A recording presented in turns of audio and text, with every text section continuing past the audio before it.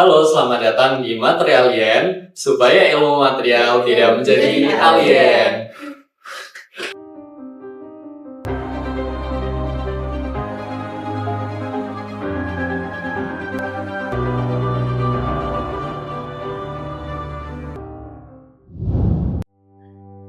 Hai, selamat datang di channel Materialien. Video kali ini adalah podcast yang akan membahas berbagai material maju yang sedang dikembangkan oleh para peneliti.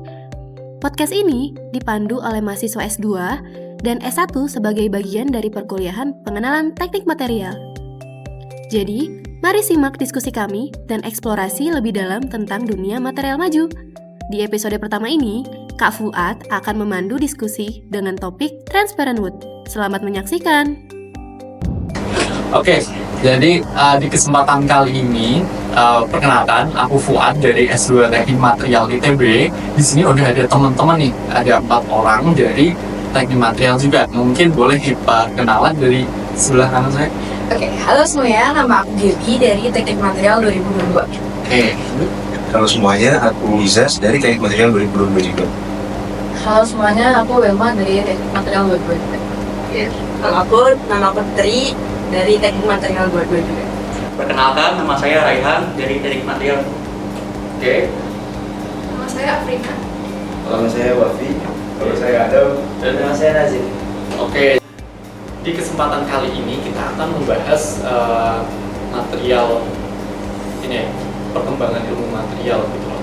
Nah, tapi kita mungkin kerucutkan aja di salah satu jenis material nih yang sedang banyak diteliti oleh peneliti-peneliti di luar sana dan cukup hangat perkembangannya karena backgroundnya mungkin perkembangannya bukan dari ilmu material tapi ternyata kegunaannya di ilmu material ini banyak banget. Jadi kita akan membahas tentang transparent wood atau translucent wood atau dalam bahasa Indonesia kayu transparan gitu ya. Nah, mungkin sedikit dari kita yang baru pertama kali dengar ya transparent wood itu apa. Nah, boleh deh ini dari ada Gaby di sini boleh jelasin nggak transparent wood itu apa sih? Oke, jadi transparent wood itu adalah kayu yang bisa meneruskan cahaya gitu.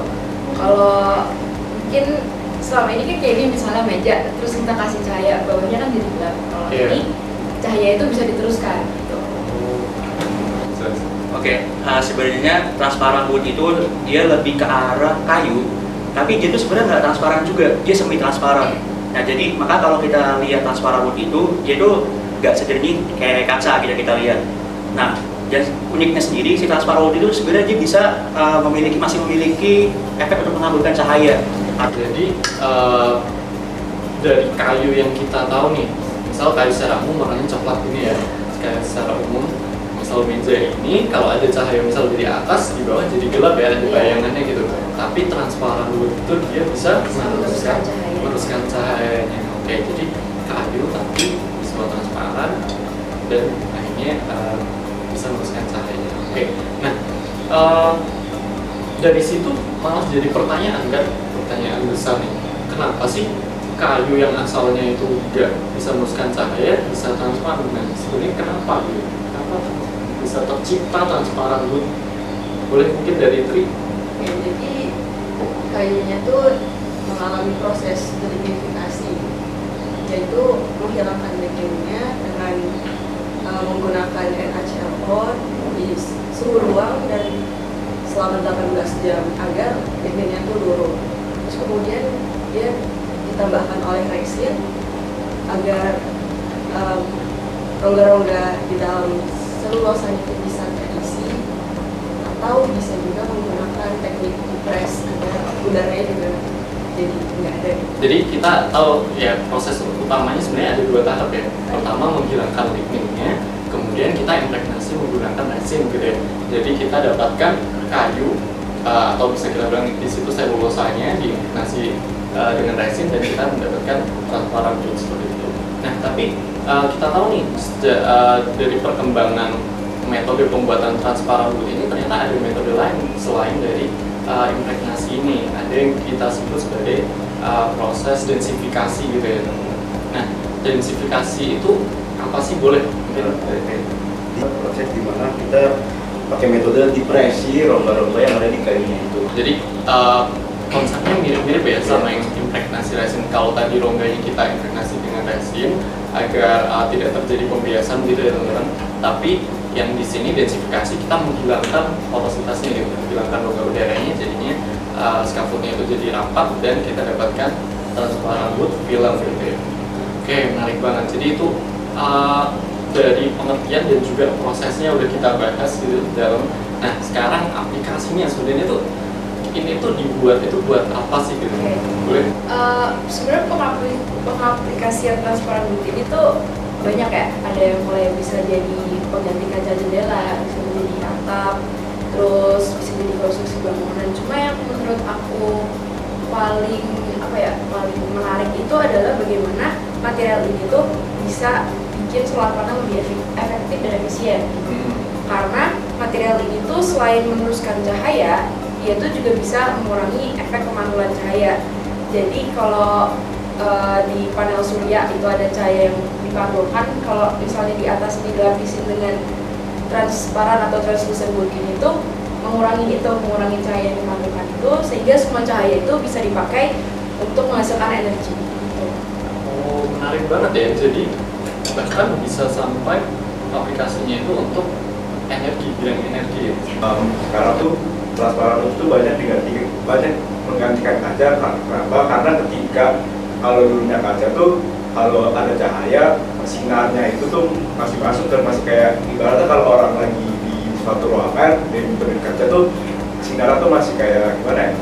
Masih kayak rasa panas lah ibaratnya kalau pakai cahaya. Nah, sedangkan kalau sekarang pakai transparan wood itu kayak cahaya kalau cahaya itu mengenai transparan wood itu tuh kayak dia direfleksikan, jadi dia membuat kayak orang kayak cahaya itu tuh gak sebanyak yang masuk kalau pakai kaca. Seperti yang tadi ada udah bilang juga, kalau ketika dia menggantikan kaca, cahaya yang ada itu gak langsung tembus 100%. Jadi dengan gak tembusnya cahaya ini menjadikan ruangan itu jadi lebih adem, gak panas, beda seperti pakai kaca biasanya. Jadi ternyata kenapa dia bisa menggantikan kaca itu karena dia itu bisa menghamburkan cahaya gitu ya. Jadi istilahnya kalau ada sinar dari luar ruangan masuk ke ruangan itu tidak akan membuat kita silau gitu teman-teman.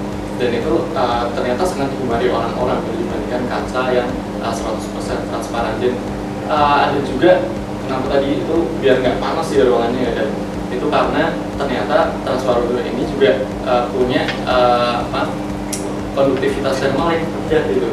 Jadinya ketika ada panas dari luar itu bisa ditahan oleh transparan wood ini, jadi nggak masuk ke dalam ruangan.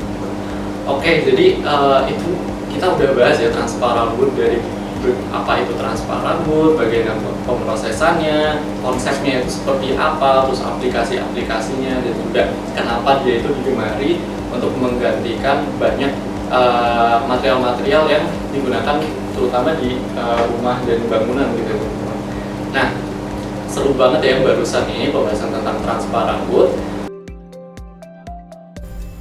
Terima kasih sudah menyaksikan. Semoga diskusi tentang transparent wood memberikan wawasan baru tentang perkembangan material maju.